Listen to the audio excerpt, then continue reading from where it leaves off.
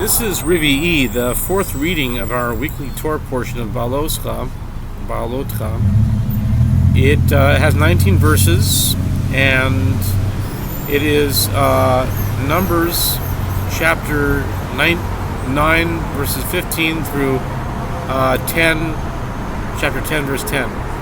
Verse 15 says, on the day the Mishkan was erected, the cloud covered the Mishkan, which was for the testimony, and at evening there was over the Mishkan like an appearance of fire, which remained until morning.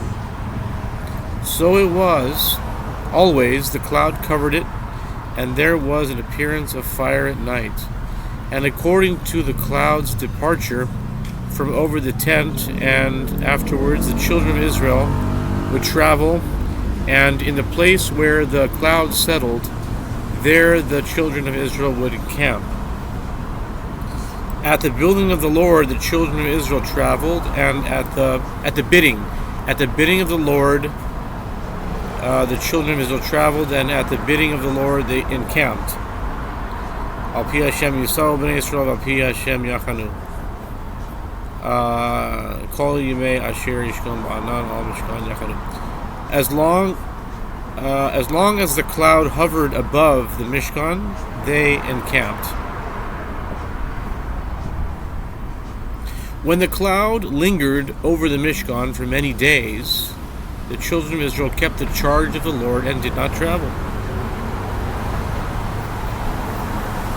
Sometimes the cloud remained for several days above the Mishkan.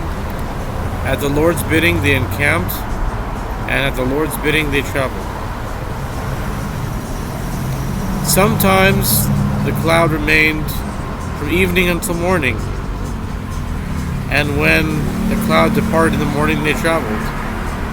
Or the cloud remained for a day and the night, and when the cloud departed they traveled. Whether it was for 2 days, a month, or a year,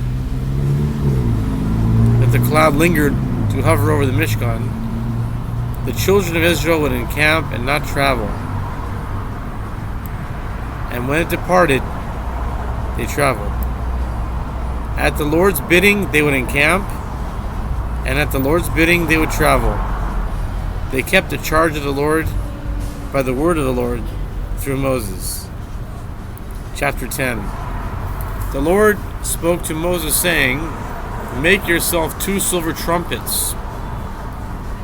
You shall make them from a beaten form. They shall be used by you to summon the congregation to announce the departure of the camps. When they blow on them, the entire congregation shall assemble to you at the entrance to the tent of meeting. If they blow one of them, the princes, the leaders of Israel's thousands, shall convene to you. When you blow a teruah, a series of short blasts, the camps which are encamped to the east shall travel. When you blow a second teruah, the camps encamped to the south shall travel. They shall blow a teruah for traveling. But when assembling the congregation, you shall blow a tekiah, a long blast, but not a teruah.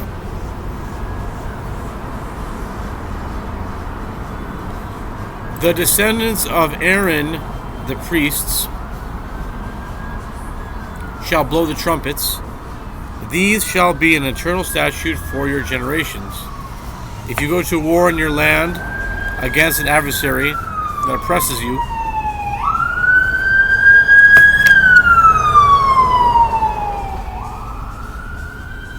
against an adversary that oppresses you, you shall blow a teruah with the trumpets and be remembered before the Lord your God, and thus be saved from your enemies. And on the days of your rejoicing, on your festivals, and on your new moon celebrations, you shall blow on the trumpets for your ascent offerings and your peace sacrifices, and it shall be remembrance before your God. I am the Lord your God.